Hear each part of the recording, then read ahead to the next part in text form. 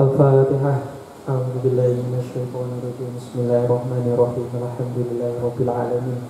Ar-Rahmanirrahim. Maliki yaumiddin. Iyyaka na'budu wa iyyaka nasta'in. Ihdinas siratal mustaqim.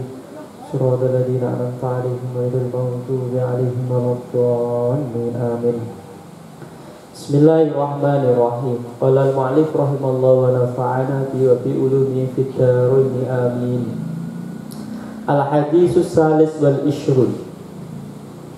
An Abi Malik Al-Haris bin Asim Al-Ash'ari radhiyallahu anhu qala Rasulullah sallallahu alaihi wasallam at-tahuru syatrul iman walhamdulillahi tamla'ul mizan wa subhanallahi walhamdulillahi tamla'ani aw tamla'u ma bainas samawati wal ardh was salatu nurun was sadaqatu burhanun was sabru diya'un wal Qur'anu hujjatun laka aw 'alaika kullun nasi yahdi fabai'un nafsahu famu'tikuha aw mubiquha rawahu Muslim.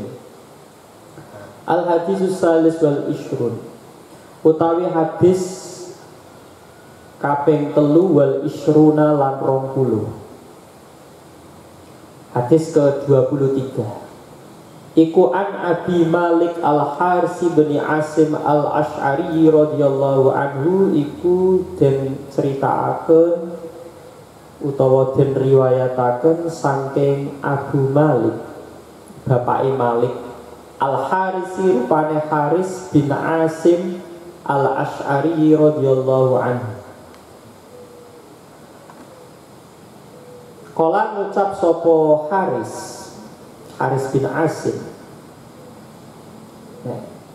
Ten napa niku kemarin nggih pas di atas itu kalau saya Abdul Razak An-Najm ya yang kemarin daurah di atas itu yang dari Syam dari Suriah itu kalau hadis kok dimulai dengan an ya belakangnya ada pola itu beliau cara membacanya An Abi Malik Al-Haris bin Asim Al-Ash'ari radhiyallahu anhu annahu qala. Jadi kayak ada lafal annahu.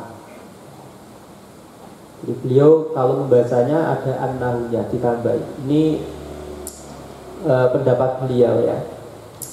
Qala ndika sinten Rasulullah sallallahu alaihi wasallam At-tahuru syatrul iman. At-tahuru utawi sesuci. Syatrul imani iku separone iman.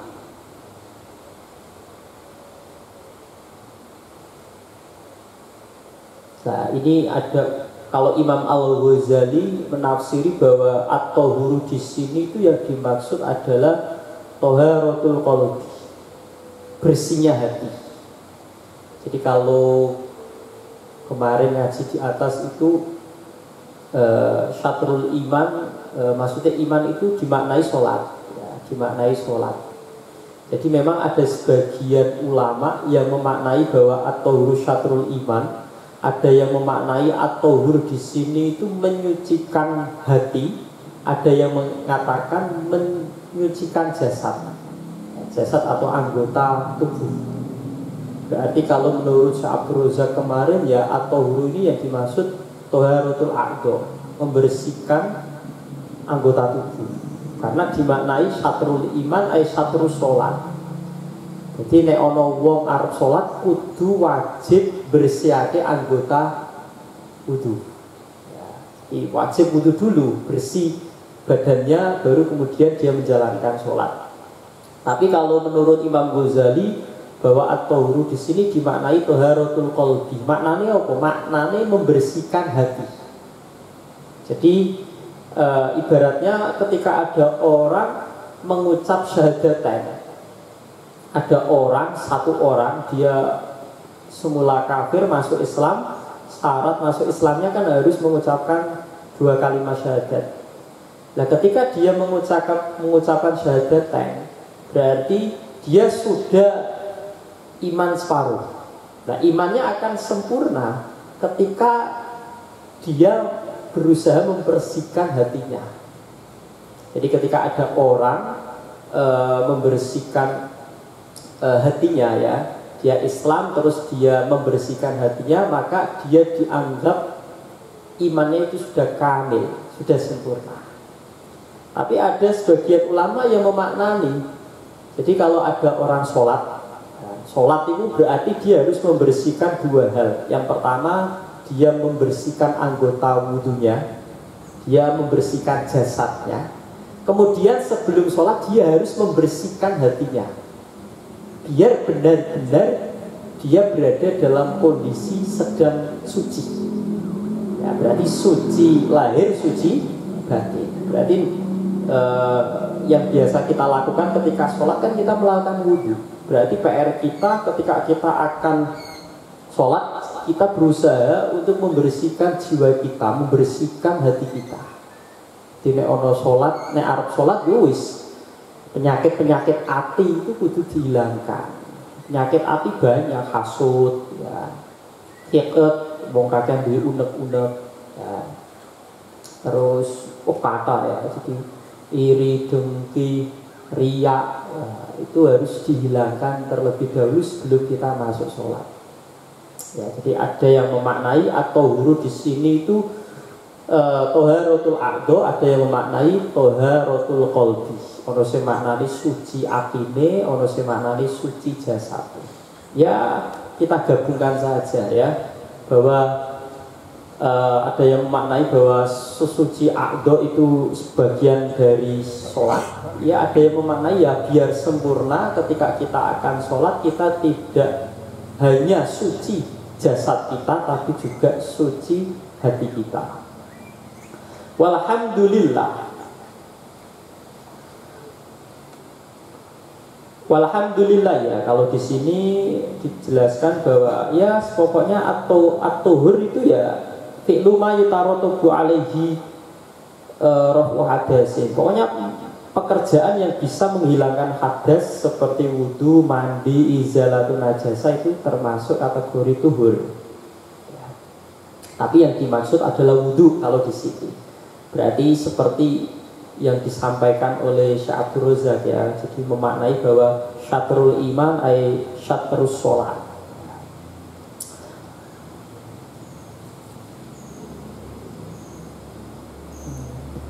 Di syatrun itu maknanya ay nisfun ya, nisfun ya. Kalau di keterangan di sini ya ada ya, at-toharatu nisfus sholat.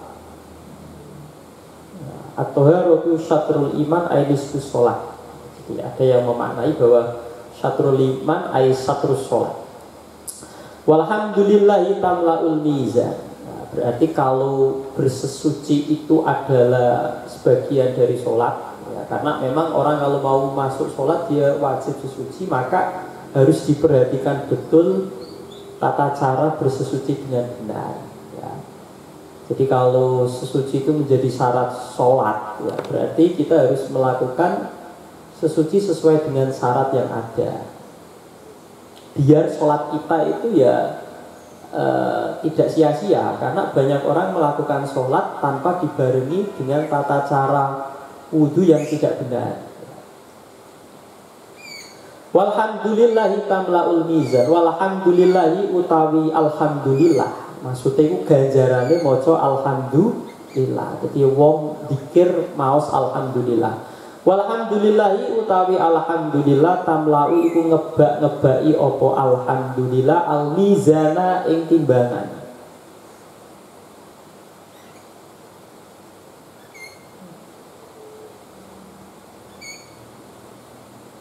Nah, timbangan yang diterangkan di hadis-hadis itu nanti timbangan amal kita ketika di akhirat itu ada dua wadah ya.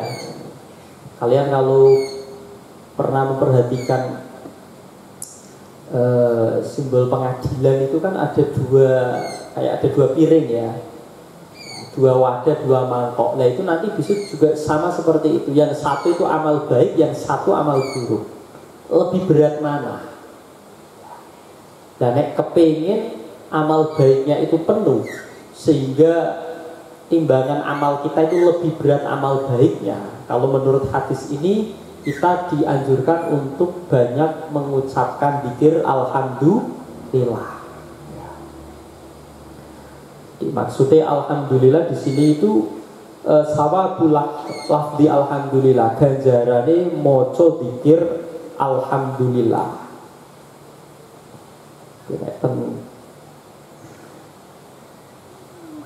Cara yang lain ya ada. Itu senek keterangan cara hadis ini yang lain ya. Itu ada hadis seperti ini.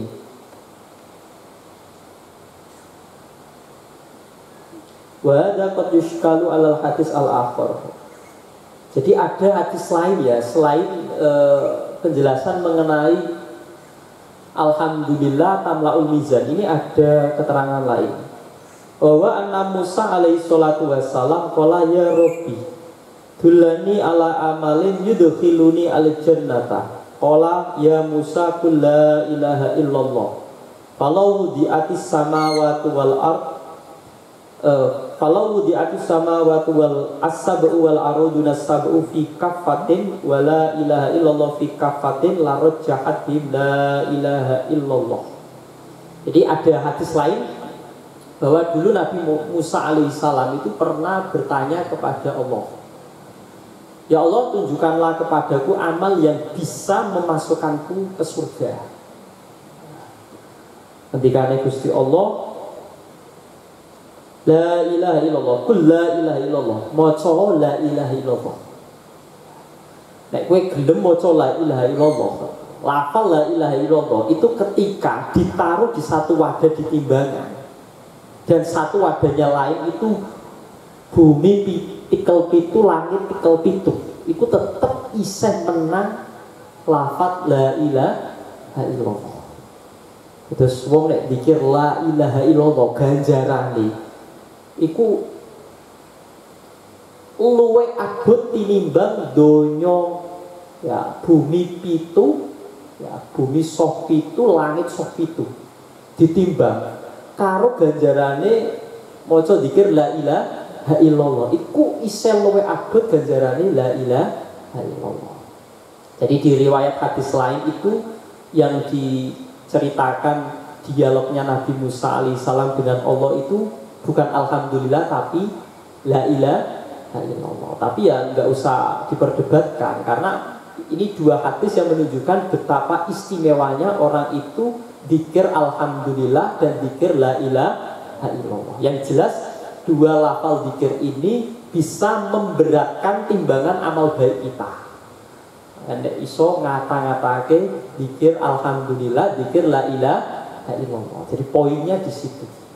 Nek kepengin timbangan amal ati luwe abot, kudu ngake-ngake zikir la ilaha illallah. Nek ning riwayat hadis yang lain kudu memperbanyak zikir la ilaha illallah. Nek tadi alhamdulillah hadis ini, kalau hadis yang lain la ilaha illallah. Wa subhanallahi walhamdulillahi tamla'ani. Wa subhanallahi walhamdulillah utawi zikir subhanallah walhamdulillah. Maksudnya ganjarane wong maca zikir subhanallah walhamdulillah. Tamla'ani iku ngebaki karone. Karone maksudnya subhanallah kali walhamdulillah. Au tamla'u utawa ngebaki apa subhanahu walhamdulillah ma ing perkara bainas samawati kang tetep ing dareng antarane langit wal ardi lan bumi. Jadi wong zikir subhanallah walhamdulillah iku iso ngebaki tempat antara ya, jarak antara langit bumi. Jadi antara bumi dan langit itu bisa dipenuhi dengan membaca zikir ini. Maknanya apa? Sawabu kasiro, jadi ganjarannya wakil. Nek ten hadis lain di sini ada.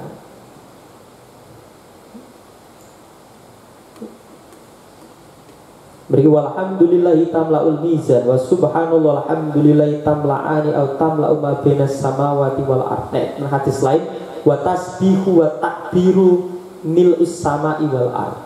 Dzikir subhanallah kali dzikir Allahu Akbar yo iso ngebai langit bumi.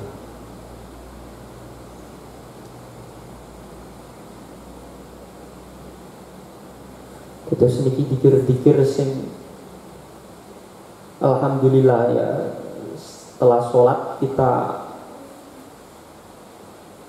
diajarkan oleh guru-guru kita dulu untuk membaca dzikir-dzikir ini, subhanallah, terus alhamdulillah, kemudian la ilaha illallah, kemudian Allahu Akbar.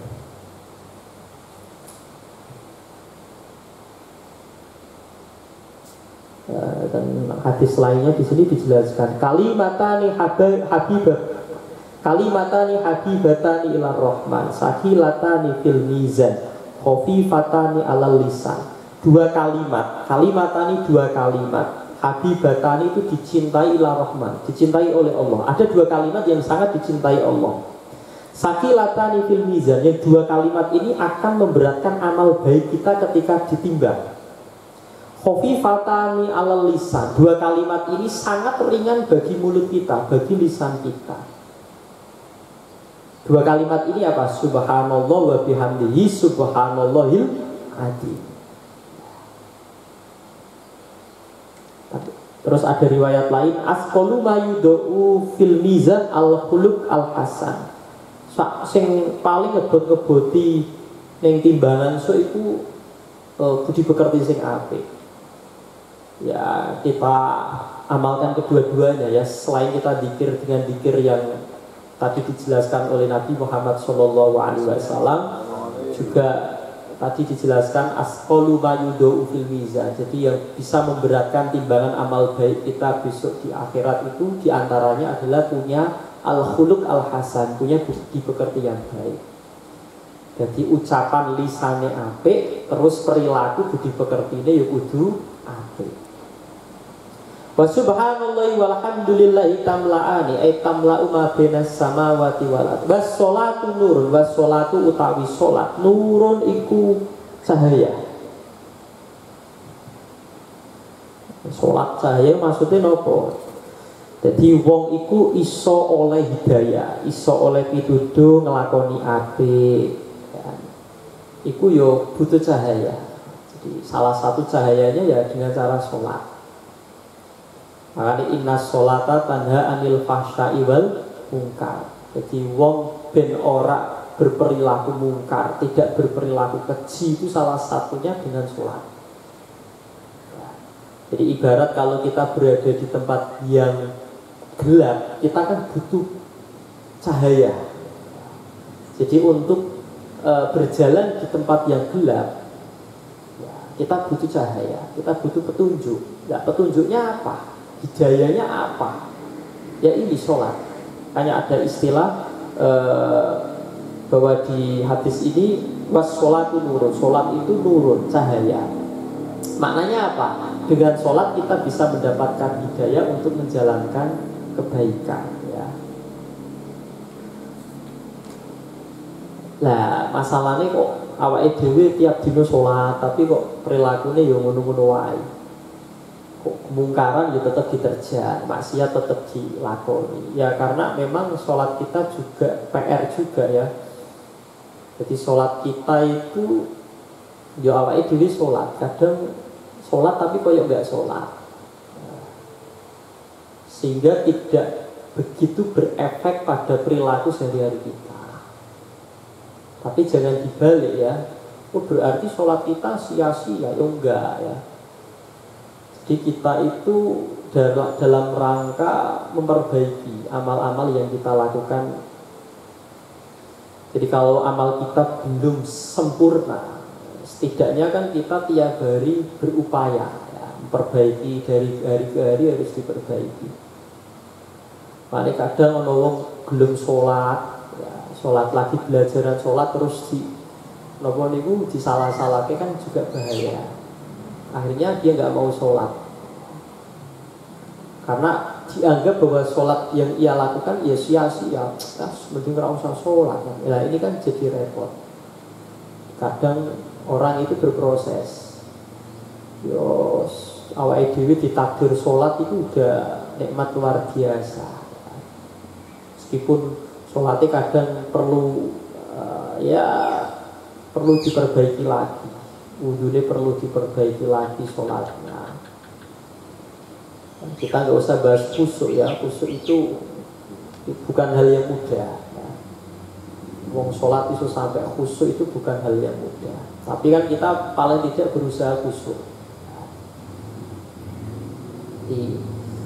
Inna sholata tanha 'anil fahsya'i wal munkar ya. Jadi yang bisa mencegah kita melakukan hal yang keji, hal yang munkar ya sholat ya.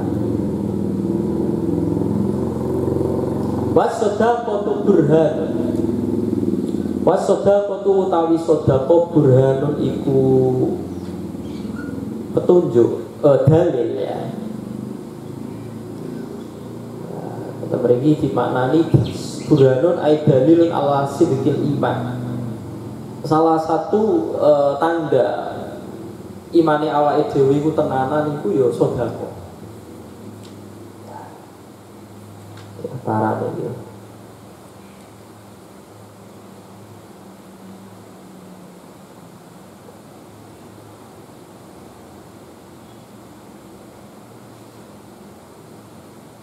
Karena memang sodako itu bisa menjadi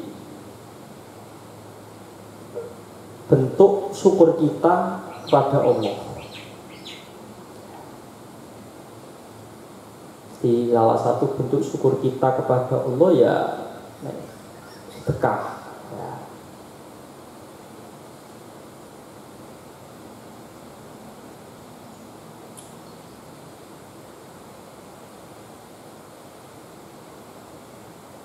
Dan beri terang di nukil ada ayat Quran qad aflahal mu'minun alladzina hum fis sholatihim khashi'un walladzina hum 'anil lagwi mu'ridun walladzina hum lizzakati fa'ilun. Qad aflaha teman-teman bejo al mu'minuna sapa wong mukmin.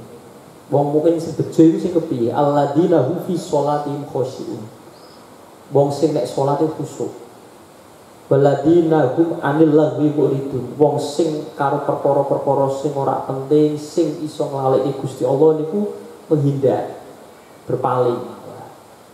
Ya ono hal-hal sing membuat kita itu sibuk sampai lupa kepada Allah itu kita hindari.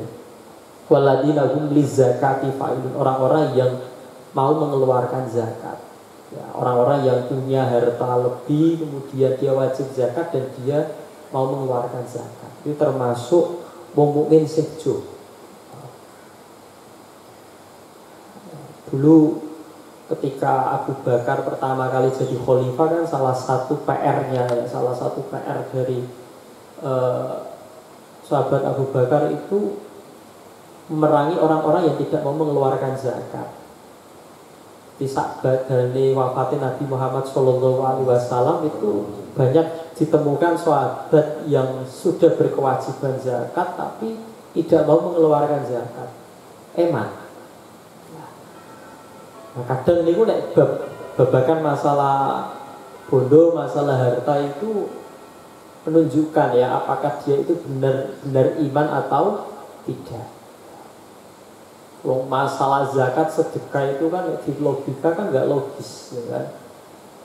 Jadi kita disuruh mengeluarkan harta kita, tapi kita dijanjikan harta kita akan dilipat gandakan. Itu kan kayak hal yang nggak logis. Orang kita mengeluarkan harta kan berarti harta kita berkurang. Bagaimana konsepnya ya kita mengeluarkan harta, tapi kok dijanjikan bahwa harta kita akan berlipat ganda? Harusnya kan berkurang. Di wedhus 40 zakat siji. Ya, misal ya, itu kan berarti kurang wedhusnya berkurang. Tapi ya itu memang tidak masuk akal ya. Kudu yakin, memang kudu iman ya. Jadi wasodaqatu burhanun, ini burhan ay dalilun ala sidqil iman. Salah satu petunjuk, salah satu dalil benar-benar imannya seseorang itu bisa dilihat dari sedekah. Wasobru diaun, wasobru utawi sabar diaun iku padang. Sabar itu sesuatu yang menerangkan. Ya.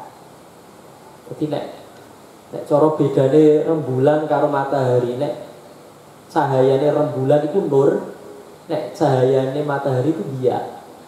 Jadi dia itu maksudnya cahaya sing ono panas sih. Cara perbandingan antara cahaya matahari dan cahaya rembulan. Cahaya rembulan itu kan pantulan dari cahaya matahari. Tapi cahaya rembulan sama cahaya matahari itu panas mana? Panas matahari.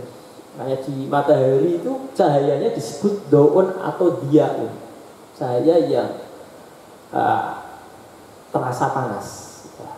Tapi nek nur itu cahaya sih nggak panas. Sabar itu maksudnya sabar itu menerangkan, sabar itu cahaya. Nah, memiliki diterangkan adhiya wa an-nur alladhi yasulu fihi naun hararatin wa ikhrafin kadhiya isyamsi bikhilafil qamar. Jadi nek dia itu cahaya tapi ono panas. Tapi nek nur itu koyo nurul qamar ya, kayak cahayanya rembulan, tidak ada panasnya.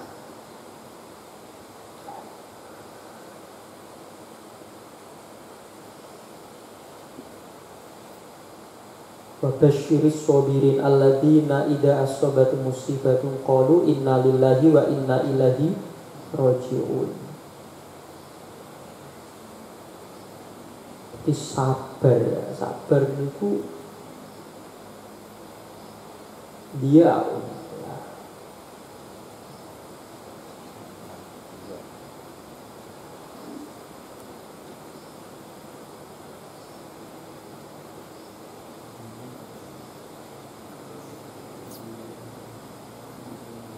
nah, tapi nek dipahami ya sing jenenge sabar. Wong sabar itu indah sodamatil ulah. Sabar wong dikategorikan sabar itu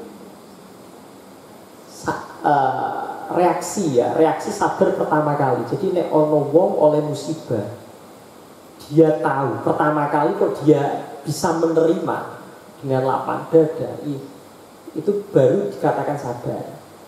Tapi nek misal pertama kali terjadi mendapatkan musibah, dia tidak ikhlas, dia tidak menerima pertama kali loh ya.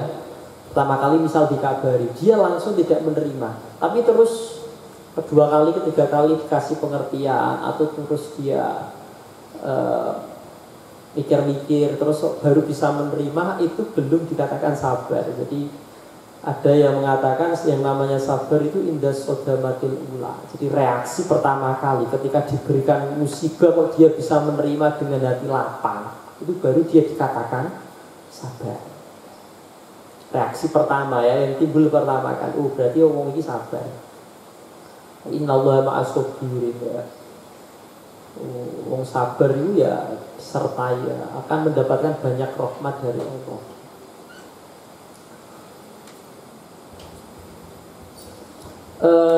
Was-shadaqatu burhanun was-sabru diyaun.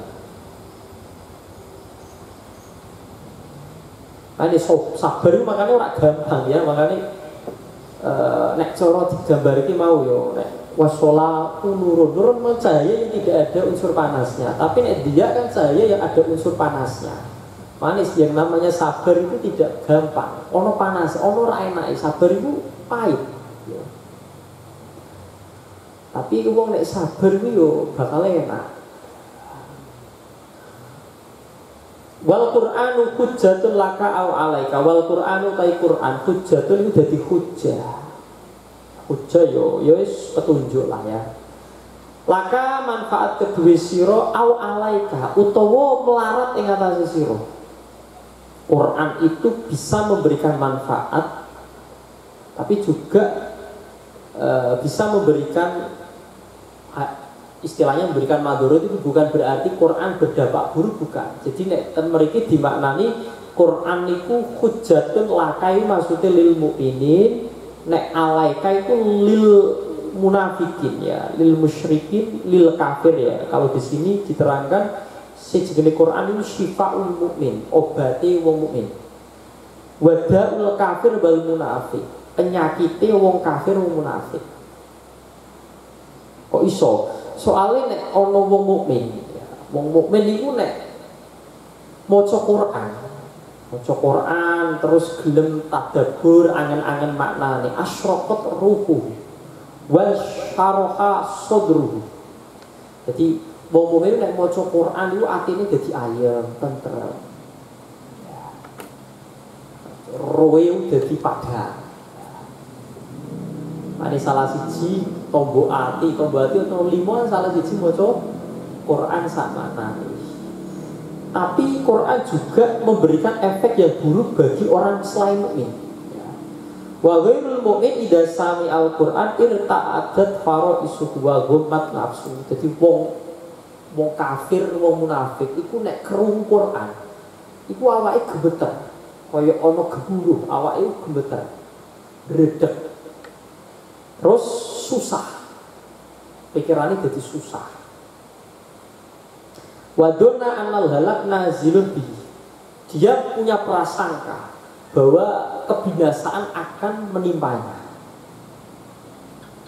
Oleh Quran kan ada ancaman-ancaman kanggo wong kafir, wong kanggo sing wong musyrik, wong munafik itu ancaman-ancaman di Quran itu kan banyak bagi mereka. Jadi mereka ketika mendengar Quran itu seakan-akan kebinasaan itu kapanpun siap ya menimpa mereka. Nah, kanggone wong mukmin, Quran itu ibarat obat. Nunazzilu minal Qur'ani ma huwa syifaa'un wa rahmatul lil mu'minin. Wala yazidu dzalimina illa khasara. Quran itu diturunake karo Gusti Allah itu sebagai syifa obat. Sebagai rahmat, ya, kewelasan kanggo wong-wong mukmin. Lah nek kanggone wong-wong dolim, Quran itu ya illa khosaro. Jadi tidak akan menambahi orang-orang dolim kecuali kerugian. Wong-wong dolim itu ya orang nyaman nek krungu Quran. Jadi nek ono wong kok krungu ono wong maca Quran ya kan, utawa pas maca Quran gak nyaman, oh ini berarti tanda-tanda bahaya itu. Dia ora seneng krungu ono maca Quran. Tanda-tanda bahaya. Kullun nas. Nah, Quran juga nanti di akhirat bisa memberikan syafaat kepada kita, ya. Juga bisa memberikan kemadorotan bagi orang-orang yang tidak memposisikan Quran dengan semestinya. Di Quran itu kan imaman wa dalila. Quran itu sebagai imam, ya, pemimpin, dalilan petunjuk. Tidak iso yo awake dhewe yo maca Quran, yo sithik-sithik belajar isi Quran. Dan ngerti Quran itu tidak hanya sebagai media bacaan saja. Quran itu sebagai dalil, tunjuk, jadi imam, ya. Makanya nek orang bangun riyen pikir raditu billahi robba wa bil islami dina wa bi Muhammadin sallallahu alaihi wasallam nabiyya wa rasulah. Ditambah beliau wa bil Qur'ani imama wa dalila. Soalnya zaman akhir ma baqiyal Qur'an illa rasmuhu. Jadi zaman akhir ma baqiyal Islam illa ismuhu wa ma baqiyal Qur'an illa rasmuhu. Zaman akhir itu Islam itu tinggal nama. Jadi wong itu yo statusnya Islam, yo statusnya kok. Tapi perilakunya tidak menunjukkan bahwa dia Muslim. Lah zaman akhir juga yo Quran itu hanya tinggal rasmu, tinggal tulisan itu. Ora tahu diwaca, ora tahu dipelajari, apa maneh diamalki. Itu zaman akhir. Zaman akhir itu seperti itu, ya. Akeh wong Islam tapi ya Islam dari segi kuantitas jumlah wong Islam akeh, tapi kualitasnya enggak. Nek cara zaman Nabi biyen kan wong Islam sedikit tapi semuanya berkualitas. Ya. ma baqiyal Islam illa ismuhu wa ma baqiyal Quran illa rasmuhu. Islam tinggal nama, Quran tinggal tulisan zaman akhir. Kulun nasi utawi saben-saben menungso yaldu iku budalan isuk sapa nas. Fabaiun mongko adul sapa nas nafsahu ing awake nas. Nafsahu ing awak dhewe nas. Famu ikuha mongko merdekaake sapa nas ha ing nafas. Aulu biku utawa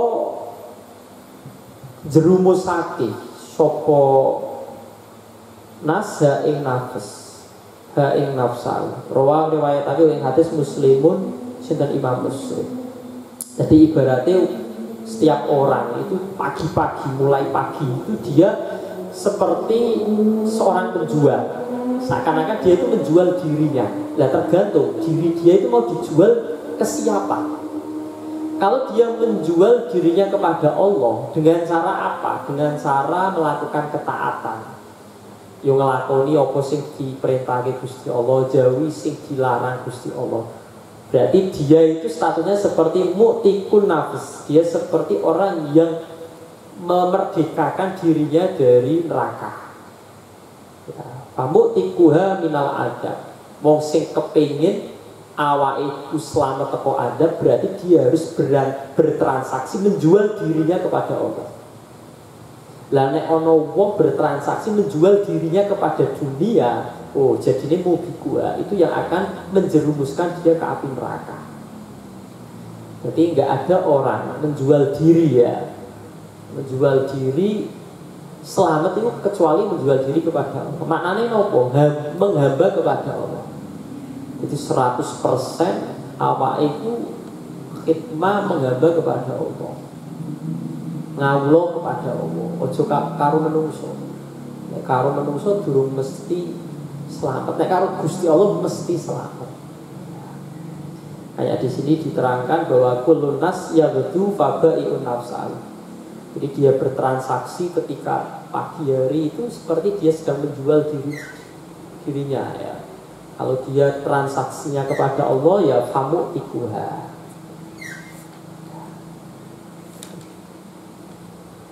La bai'a illa lillah. Jangan berjual beli ya, jangan berjual beli illa lillah kecuali kepada Allah. Dan ayat Quran di sini diterangkan innallaha ishtara minal mu'minina anfusahum wa amwalahum bi annallahumul jannah. Gusti Allah itu tuku wong mukmin, awake wong mukmin iku dituku, bondone wong mukmin dituku terus diijoli karo swarga. Maknane napa? Nek ana wong gelem nyembah marang Gusti Allah, menghamba kepada Allah, dirinya, hartanya juga ditasarufkan karena lillahi ta'ala, maka dia akan mendapatkan balasan setimpal, yaitu surga. Wa minan nasi may yashri nafsahu ibtigha'a mardatillah wallahu raufun bil ibad. Banyak ayat banyak sekali ayat Quran itu yang menjelaskan betapa beruntungnya orang yang bertransaksi dengan Allah. Jadi awake iki dientekke, waktu ini dientekke kanggo Gusti Allah.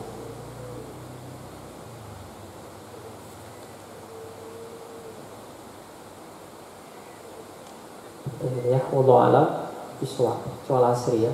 Bismillah.